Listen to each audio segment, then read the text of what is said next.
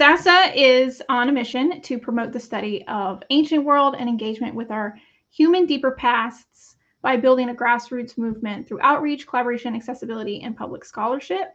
And our book club discussion directly correlates with that, bringing in scholars and people who love the ancient world and have used it to create beautiful narratives and awesome research projects that we typically don't see. And this particular book that we're discussing today definitely taps into that.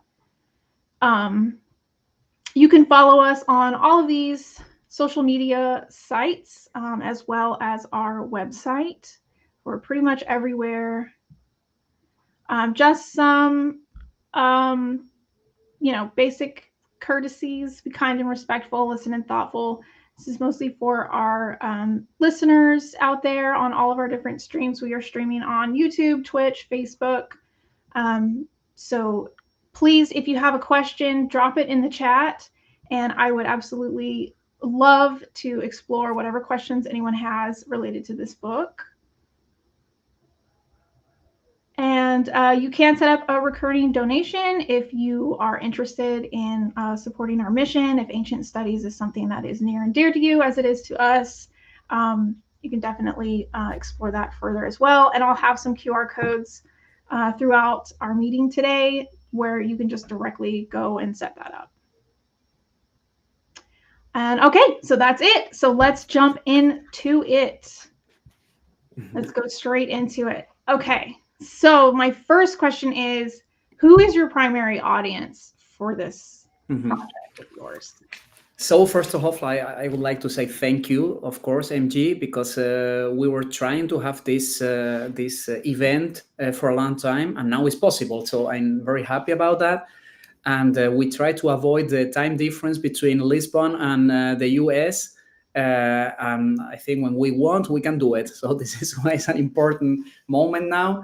And what about my prime audience? So this is a good question, because we have to say that the book, like the project, so the website and the database of the project, the EduPopCult project, which is the origin of all this kind of dissemination activities, the book, seminar, etc., has a dual purpose. So on the one hand, to contribute, of course, to the academic world, and the progressive, this is something important, the progressive introduction of reception studies and Egyptomania into the academic world, academic sphere. And on the other hand, to arouse interest and reach out to all those interested in popular culture, regardless of their level of education or professional activity. For me, it was a priority when I started this project. Therefore, I would say that the audience for the book, How Pharaohs Became Media Star, and for EduPopCult project is wide. It's very wide, and this is helped by its open access publications and events, so that it can be downloaded, this book, simply by going to the publisher's website, so Archaeopress. So it was for me a priority to have these two levels, so academic, but also to the public in general. Awesome. And so you mentioned the word EduPopCult. Did you come up with this word, or like what's the origin story behind this word? So this is, I have to say, this is the way I didn't want to do things, but I have no option, because the title is in German. So because of my background, because I did my PhD in Germany, because my wife is German, so I use very often the German language.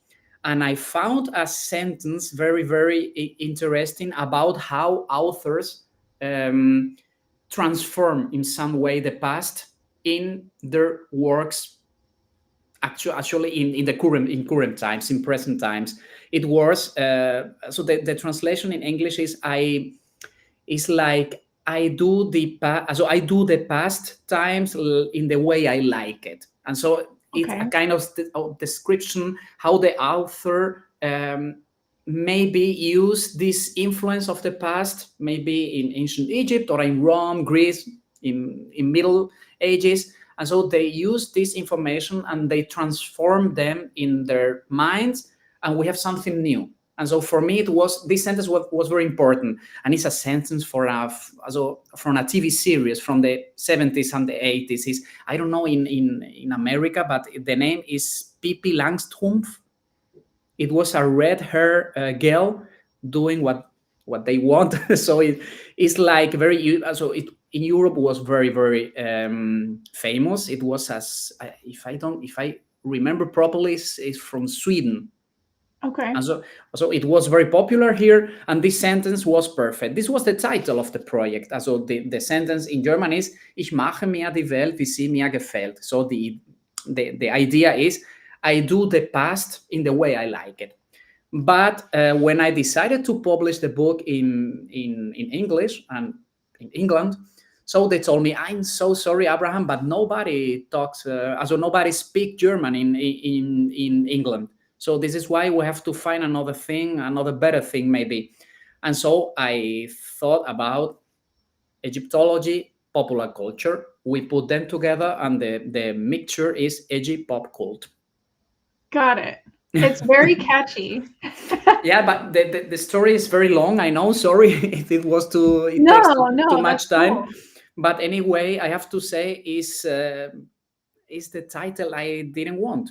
So it's like that. I had to say at that moment of the process, okay, you are right. You are right. Maybe if I try to have the German title, nobody understands the topic of the project. So this is why I think edgy pop cult is something easier, and of course it's something very direct. So like that, there's no possible doubt about it. Right. So the title, How Pharaohs Became Media Stars. So did you have to kind of think about rearranging the structure of the book to kind of fit that title a little more, or maybe talk about that a little bit? Like how did you decide how you wanted to structure your argument in the book? So it was not so deep in my mind. So for me, it was important, once again, this process of transformation in the minds of the creators. So I mean, people doing and making popular culture. I don't know, as screenwriters, writers, or I don't know, artists. For me, it was important this transformation, and this notion of transformation was the main axis of the project. And so when I thought about it, of course, we don't talk all the time about pharaohs. This is something important to say. But anyway, for me, it was important to have the pharaoh as a symbol of every Egyptology as a whole. And like that, the idea is how Egyptology is visible in some way or is easy to identify in popular culture media. So this is why it's only I think a beautiful title. So for me, it was like, okay, we are talking about this thing. The priority is this transformation in the minds of the creators. So we have to try to have something, I don't know, easy to understand and easy to find a kind of relationship between Egyptology, popular culture, and so we have pharaohs and media, and we said, okay, maybe the word is media stars and the word is pharaoh. Maybe pyramid was also a possibility, but I thought it was better, the pharaoh. And so it was easy like that. So it was a good. This is a very good question. So some people told me the same thing in other interviews, and they tried to find like a very important relationship with the initiative of the project and so, but very deep, very deep in the topic. And no, I have to say it was a good way to sum up some of the priorities of the project. So in this way, it's not superficial. I don't want to say that, but it was only a title. We don't have to go further. It's only a title having some of the main ideas of the project. Awesome. So, like, I found this whole topic like super fascinating. One of my favorite TV shows as a teenager was Stargate SG-1. And it started out with the pharaohs and the pyramids being the aliens, basically. So I found this whole project of yours just fascinating. Why do Happy you to know feel that. like it's so important to like draw these connections, and why do you feel like the interpretation of ancient Egypt is so important in modern media? Like what do you think draws us to this Mhm. particular? So I think we can talk about it maybe 2 days long, because very probably we have all a lot of different opinions, but we are very probably young people, and I say young because I am not young anymore, but anyway, we have to say people born in a mass media society. Maybe we have all one direction but different ways of doing this kind of conception and misconceptions in our minds.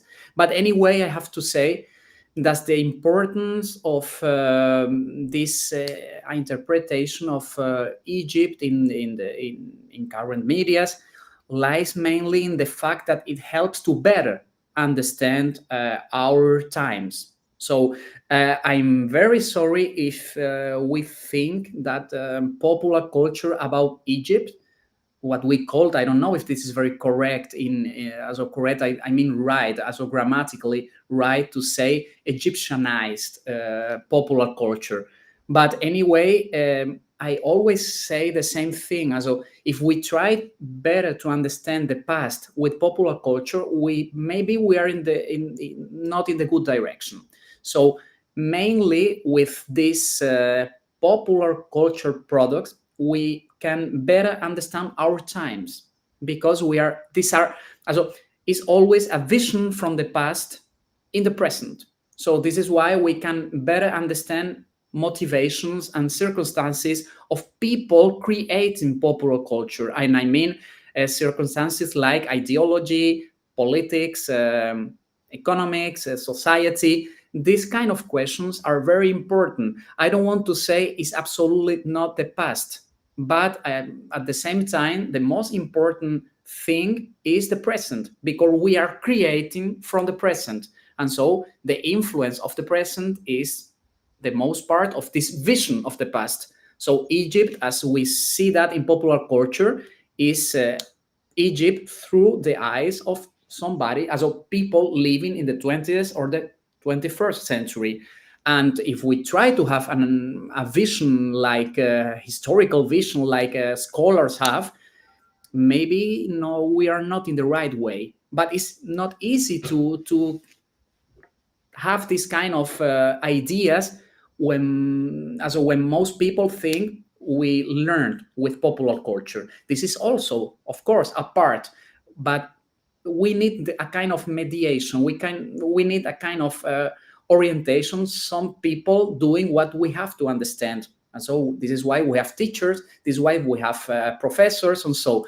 But to use history, to use Egyptology as a tool to learn, so popular culture inspired in ancient Egypt as a tool for to educate people is dangerous. It's not always possible alone. I mean, so it's not okay. I don't need to study about Alexander the Great because I can watch the movie by Oliver Stone or a recent documentary film in Netflix.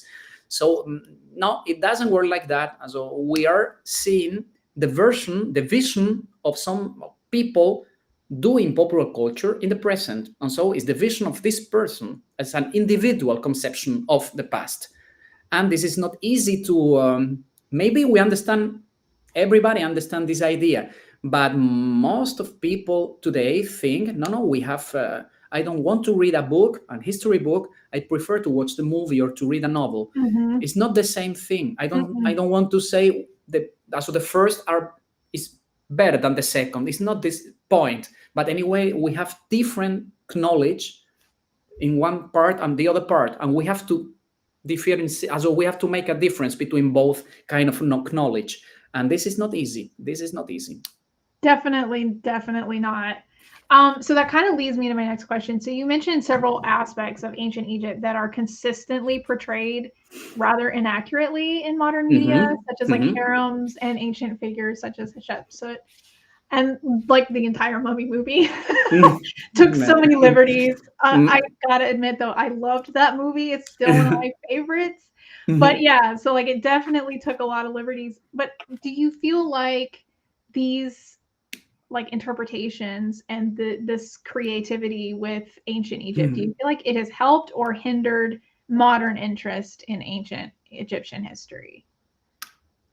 So in my opinion, lack of historical accuracy is absolutely not a problem. So I know when we say that, maybe more, I don't know, traditional people working on history, mainly in history, not in popular culture. So in popular culture, people working on this media have another conception of what we show with the camera, what we Mm-hmm. write on a book. But anyway, people in the academia mainly, they don't want to accept, this is the first problem, this kind of sources. I mean, movies, books, PC games, role-playing games, comic books. They don't want to accept these sources as historical sources, and I absolutely agree. They are another kind of sources, but the sources we can use as scholars. So it's also important research these kind of sources. This is the first problem. But the second one, and this is important, is to say accuracy is not a priority. So why we have to watch a movie? So try, please, MG, to think on a movie being absolutely 100% accurate. Maybe it's like a history book, and this is, I'm sorry, for us, historian is something usual, but for people at home is absolutely boring. I don't want to show the reality as this reality was in every single detail. This is not necessary. So we are talking about entertainment. Also, Right.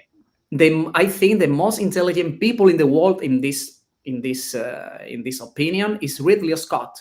Also, like it's nothing new what he said like 2 months ago. But anyway, he said that.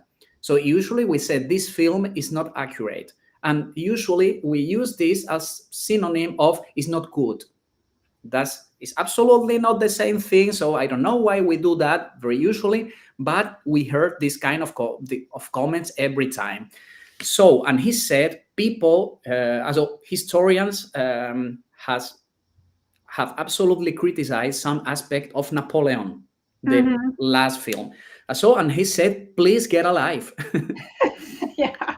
So why you have to watch a movie trying to analyze every single second to say this is not true, this is true, this is not like that. Maybe the paintings there are not possible. Maybe the I don't know, the clothes are not good enough. Please, it's entertaining. We have 2 hours and a half in a theater.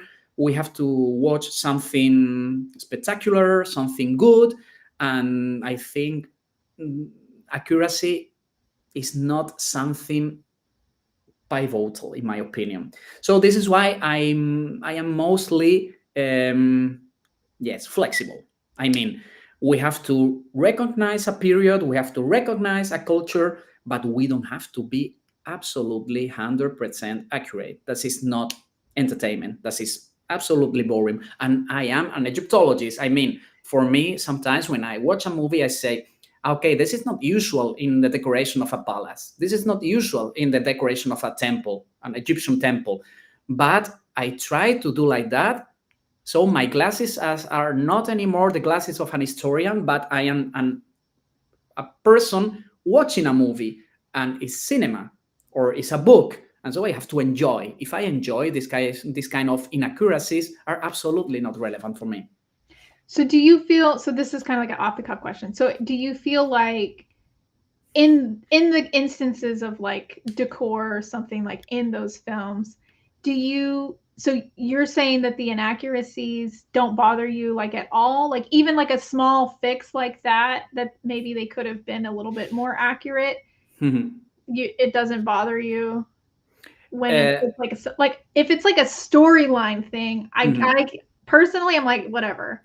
But when I see like little tiny details, like in a temple, for example, and it seems like it would be a really easy fix for them to just make it more accurate. I don't know. That kind of does bug me personally. It's always the problem with to trying to find a middle point. Yeah. I mean, we cannot have 100%, but we have any Right. way to do something easy to recognize. Also, if people watching a movie or reading a book don't even know they are in Egypt, in I don't know, in Middle Kingdom Egypt, so we have a Right. problem. We have a problem in this point. But if we find, I don't know, if we find something not very historical accurate, because we know that this kind of decoration of this kind of I don't know, this kind of motifs, reliefs, motifs in the temple, blah, blah, they are not typical of one period, but we find this kind of decoration a little later, and maybe it's not very important, these kind of things. I mean, like I said, as if we try to have everything absolutely accurate, and so we have a book, and even we have to ask ourselves, is history as we do accurate? I mean, the books I wrote about Egyptian temples, Egyptian inscriptions in my other research topic are absolutely, this is real Egypt, or this is something, it's my interpretation of Egypt. This is the question. So it's my vision of Egypt, but I'm doing science, and people, I don't know, making a movie are not thinking on science. They are thinking on entertainment. Right. This is why if we don't understand the motivation of these two parts, we have a problem. So this is why I think we have to be flexible, but anyway, not 100%, not 0%. So we have to find a kind of middle point and to say, okay, I recognize Egypt. Is Egypt in the way I have this? So I have Egypt in my mind because of all the films, because of all the novels, or the games, or the comic books. And if we recognize that as Egypt, is, in my opinion, is okay, it's perfect. We don't have to analyze every single motive. So this is boring, and believe me, sometimes I have to try some films, and I have to read some books with this kind of analytical point of view, and I don't enjoy it. It's work. And in this way, I'm sorry, I'm not enjoying the reading, I'm not enjoying the film. So this is why, please, as spectators of a movie or readers of a book, enjoy, no matter how this accuracy is or not. So for me, this is something very important. But people in the academia has a lot of problems with this kind of conception, and we find not a lot of articles, because we don't work, so we don't have a lot of publication on this topic. But anyway, we find publications trying to, in some way, to show how many inaccuracies we find in one movie. Sorry, this is, in my opinion, is absolutely not necessary. I appreciate this side of the argument, because as I'm listening to you talk about this, I'm starting to agree a lot, because I think it's like the people making movies are not historians. They're out for the money and what sells. And for people to go into watching a movie or reading a fictionalized novel expecting to get a history lesson out of it, or to come out and learn more, I think like you said, it's important to find that balance of what puts you in that setting and maybe sparks your interest to want to go actually do some real historical research is really where they need to be, as opposed to but going into an entertainment film thinking I'm going to learn something. Yes, of course. Is not, that's bad news on so many levels. Absolutely. So I totally agree. I'm happy about that, because it's not usually the case, MG. So usually you say that, and people maybe older than us, but working on Egyptomania, they said, no, it's not even accurate. And you say, it's not even necessary. So, I feel like small sorry. people can still, they should still do some due diligence. We have a long way. So we have a long way to do. Yeah. So this is why. And about this kind of ideas. So because a lot of movies have of course, advisors. So they have Mhm. scientific advisors. But anyway, here, and we have to understand the role of the director and the role of the advisor. The advisor is, in my opinion, so I was advisor only twice, but my work was not to say, sorry, this is impossible. You have to do this part of the novel in the way I like it. This is not the point. The point is, okay, I tell you about a novel. It's The Eye of Nefertiti by a Spanish author. It's like a child book, and the author, so Jesus Cañadas, he contacted me and he proposed me to give him some ideas. In one point, it didn't work. This is why he he only did that once. But he told me, what can we do in this point of the story? Because I find some problems to find a good plot in this direction. And I told him, you can do that, that, and that, and that. And he told me, no, impossible. So it's the opinion of the creator and my opinion as advisor. And my opinion is not to change the plot to have something pure Egyptological. In this case, Mhm. it's absolutely boring. This is why the work of the advisor, and you mentioned a very good example. So Stargate, so I'm talking about the movie. We had a very good advisor in this movie, and he was aware of the problems of galactic pyramid. I'm sure about it. Of He was aware of one planet called Abydos. It's not even a town in Egypt, but it's a planet. So, but we have to transform our conceptions about antiquity to do something new. Something new is not Egypt anymore. It's not ancient Egypt anymore. It's a new version of Egypt. Imagine if not, science fiction is impossible if we don't have this kind of different vision of the world. But anyway, as I told you, so now working on my project, I'm working on this kind of sources. I found a lot of people talking to me. Abraham, he has a new adventure on this kind of things about movies. And so it's not even science.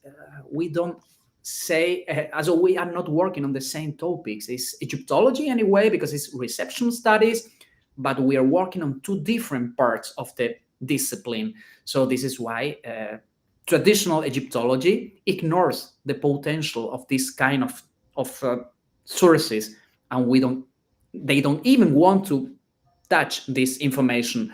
But anyway, it's also a very good topic to research, in my opinion, and we are doing that. But anyway, the problem of one project like Egypt Pop Cult is the first one in the world funded by a public institution. It shows a lot anyway. That's shown how the situation is in this topic. But anyway, it's important to have a kind of start in the academia, because Mhm. until now it was like, no, no, no, this is not science, so there's no place for you here. But no, we try to show these people, no, you are wrong.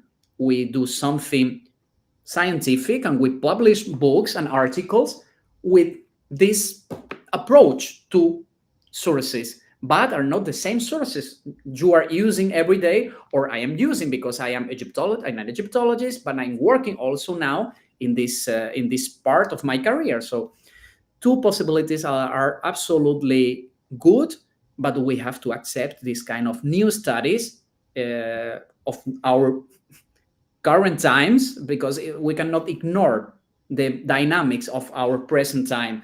But some people do. So this is why we have to break a lot of stack. Also, we have to break a lot of problems, misconceptions, and so on. So this is why we are working on this topic, and at the same time we have to change a lot of people's mind.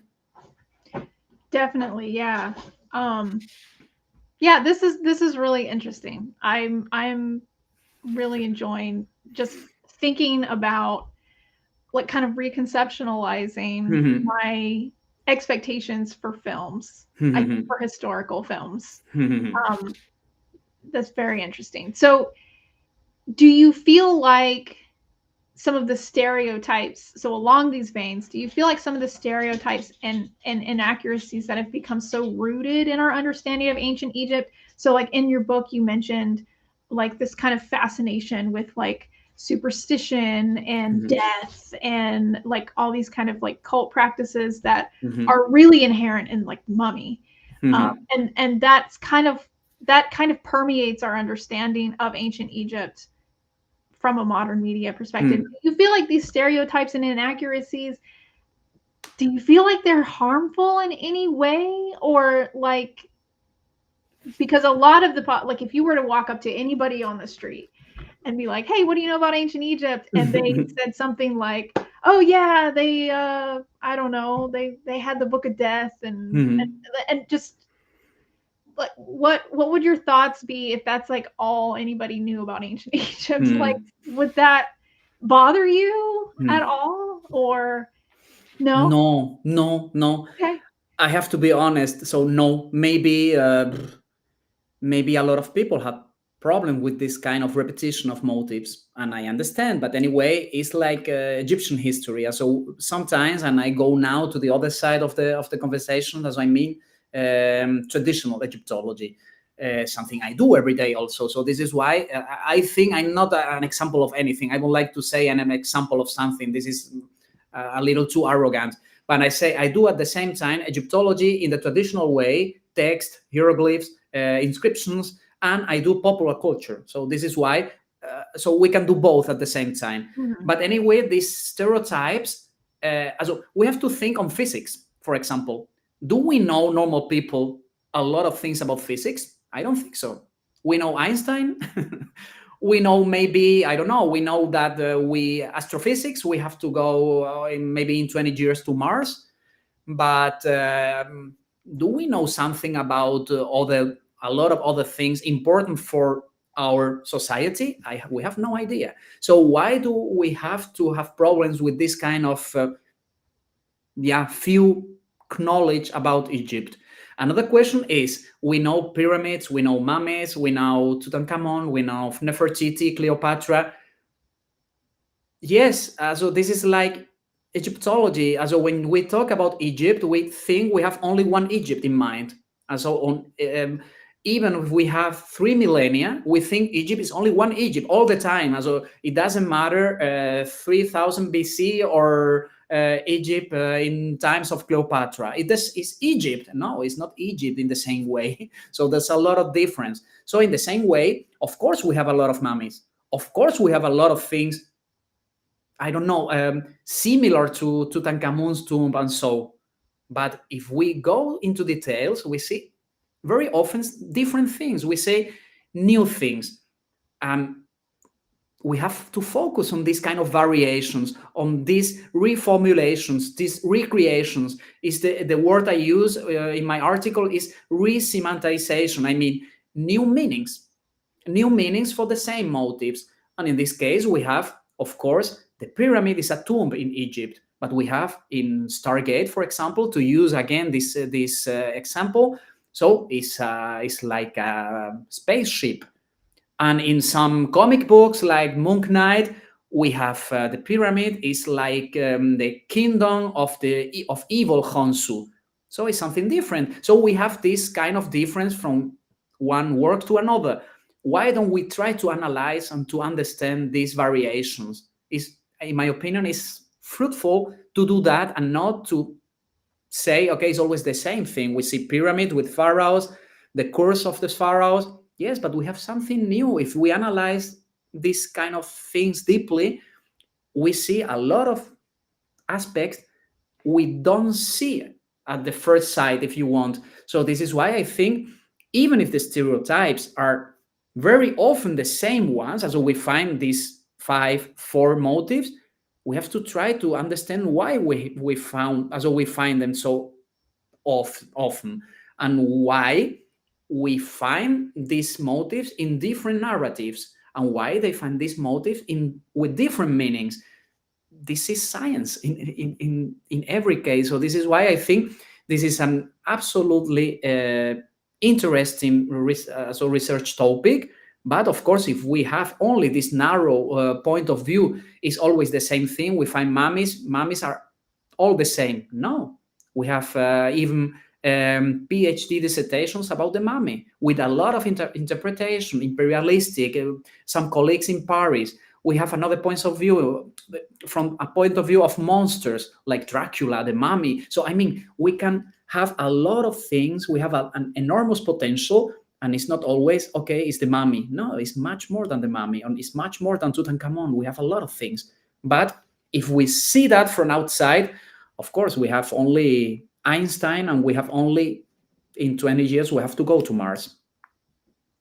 That's fascinating. So your work here focuses more on like the human behavior aspects of the result of latching onto these kind of stereotypes and like how that influences their creative decisions. Absolutely. Versus like the actual historical record.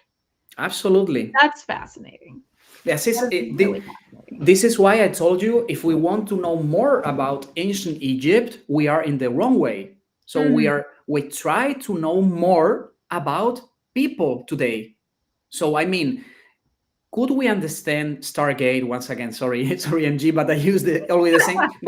But we have a lot of potential in this film. So this is why I try to use this one very often. But if we try to understand Stargate in an ancient Egyptian traditional point of view, well, we have problems. We have a lot of problems. But if we try to understand how, for example, gender dynamics in our world are important, we have like a lot of potential. So this fluidity, sexual fluidity, the evil Ra in the movie is a very good example of how the situation with gender was at the end of the 20th century. And these new ideas about post-colonialism. So we have a planet where the population are like population in Africa. I mean, a kind of superior intelligent race. So they dominate people living in the desert. So it's like another point of view of colonialism in Egypt, but also in the Eastern world, in the way we interpret the East. So this is why this kind of, if I can say, theories or this kind of behaviors are behaviors or our times. Does have nothing to do with ancient Egypt. So this is why we learn about our times, about our present, not about how the society or how the, I don't know, how the king, the pharaoh was in the Middle Kingdom, in the New Kingdom, or in the Ptolemaic period. So this kind of product helps us to understand how we see the past, but living in the present. So this is why, in my opinion, the most important part is to understand our dynamics and not historical dynamics. That's fascinating. So I forget what class it was that I took in grad school, but we discussed Hollywood movies from like the 30s and the 40s and kind of dissected like what was so prominent in those movies. So for example, like the Twilight Zone, which was I think was in the 60s. That was right during the Cold War. And like all the episodes was like this fear of, getting blown up essentially, and like, atomic bomb invasions and what we were going to find in space. And like the Twilight Zone is one of my favorite it's one of my favorite TV shows of all time. And so what you're saying makes total sense as far as like using these media forms to understand the culture during the time that these were created. So that's fascinating. So do you feel like this topic is going to be like much more well received maybe like 30 years from now, when people are looking back and they're like, what was this fascination with ancient Egypt all about? Like, do you feel like this is just going to pick up more steam as time goes on, or like what are your thoughts on that? I hope anyway that we have success, but I think I try to be positive. So I have to be positive, and I don't want to wait 30 years. I would like to have something, I don't say tomorrow, but anyway, sooner. So maybe we have to wait to new projects, because my project takes only 1.5 years. So after that, of course, I will continue this line.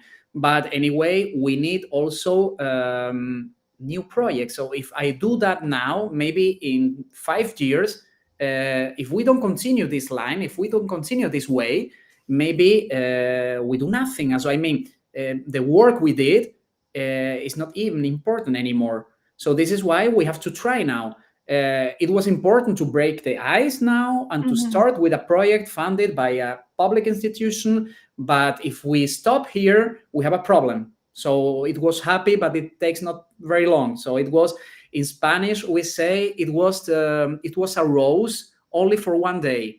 And this is, it's not the point, it's not the goal of the project. So the aim of the project is to try to promote these studies in the future. So this is why I'm optimistic, because last week we had the seminar, the international seminar here in Lisbon, and we had a lot of scholars, a lot of people interested in popular culture and Egyptology, and it was like a fascinating experience to have different opinions, but to debate about them, and it was absolutely great. Like 3 years ago, it was impossible. We were absolutely exotic. It was like, yeah, this person working in the University of blah blah blah. I don't know. He's working on books. Okay, and historical novels. That is cool. But it's always with this exotic point of view. It was like, it's this adventure, as I told you. This adventure. I think we can change something. We have done the first step, maybe, and now we have to continue. If we stop here, maybe there's no other options. But I think now we have the basement to continue. Now it's not only my work, but the work of my colleagues also. So this is why I can answer. My point of view is, okay, I continue, of course, in this line because I love it. But anyway, I need help. So this is why maybe we have to collaborate together. And this was also the point to contact SASA, to say, okay, we have to have, of course, a good relation, a kind of network with other people working on these kind of areas. If not, if we stay absolutely isolated and we don't want to collaborate with other people, maybe it's this rose of one day. But we don't want to do that. So we want to go further. We want to promote and develop, of course, these studies. And I'm not talking about we are absolutely pioneer. So Egyptomania was, of course, also has not a long tradition, but we have people working on that. But using these modern sources, I mean, movies, comic books, games, we have, unfortunately, no people before us. And this is why it's important to go further and to try to consolidate our research topics. If not, as I told you, it's something beautiful, but it takes only one day. After one day, it's over, and there's no consequences. And we have to try to have an impact, not only in an academic point of view, but also in the way we try to have this kind of studies in a serious way in the academic world and in schools and other pedagogic, we say that But I know what you're trying to say, but I stumble on that word too. Educational levels, in other educational levels.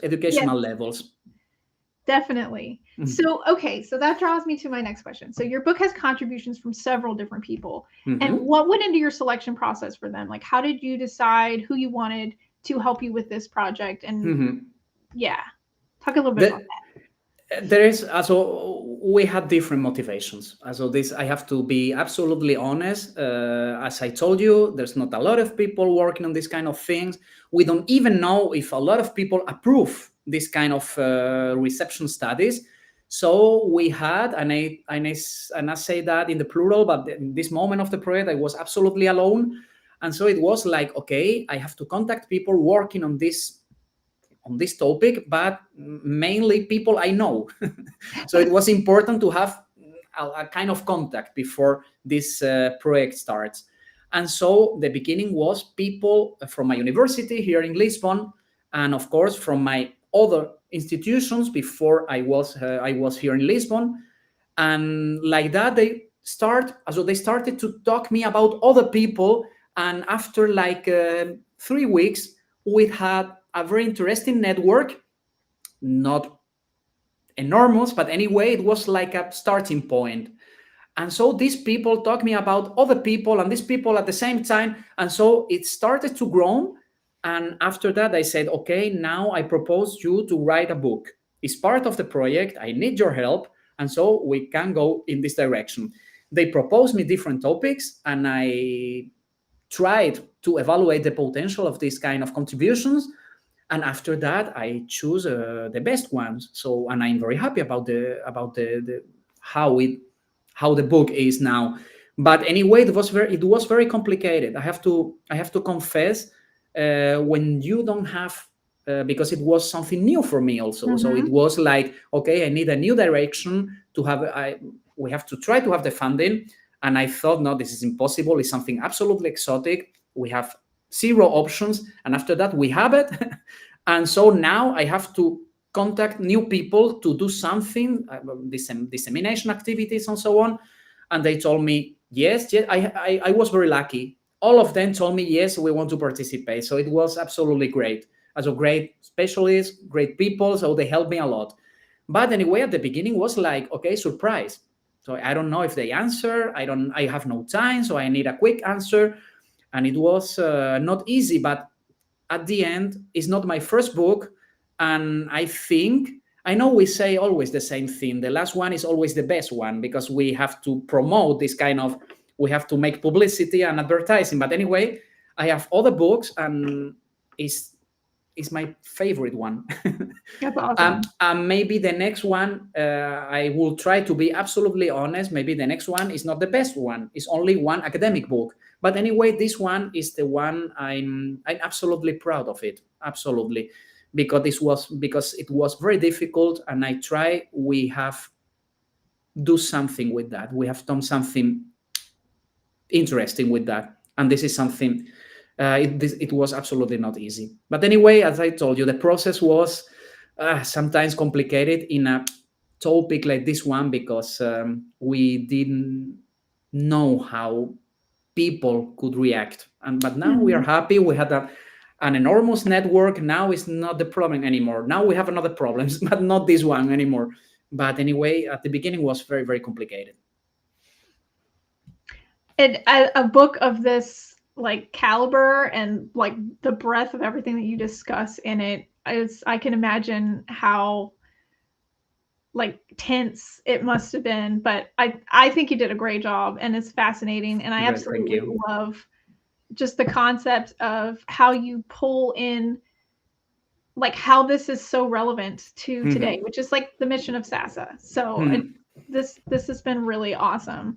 I wanted to check out the chat here, because we had a couple of questions in here. I'm just going to read through some of these questions. Here we go. I love the comment by Haruza Kimon. The next one needs to be better. Sequels are always better. I don't agree anyway. So sequels are always problematic.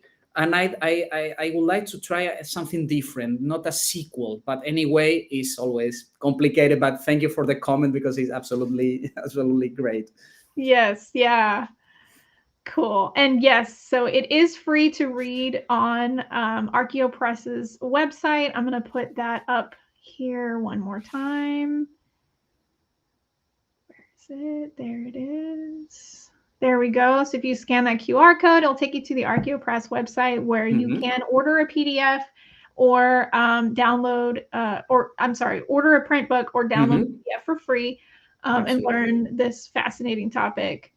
And then it's also available on SASA's online bookshop, but it is on back order. So I'm not sure how all of that actually works out. Maybe they need a certain number of orders to start printing them again. I don't know.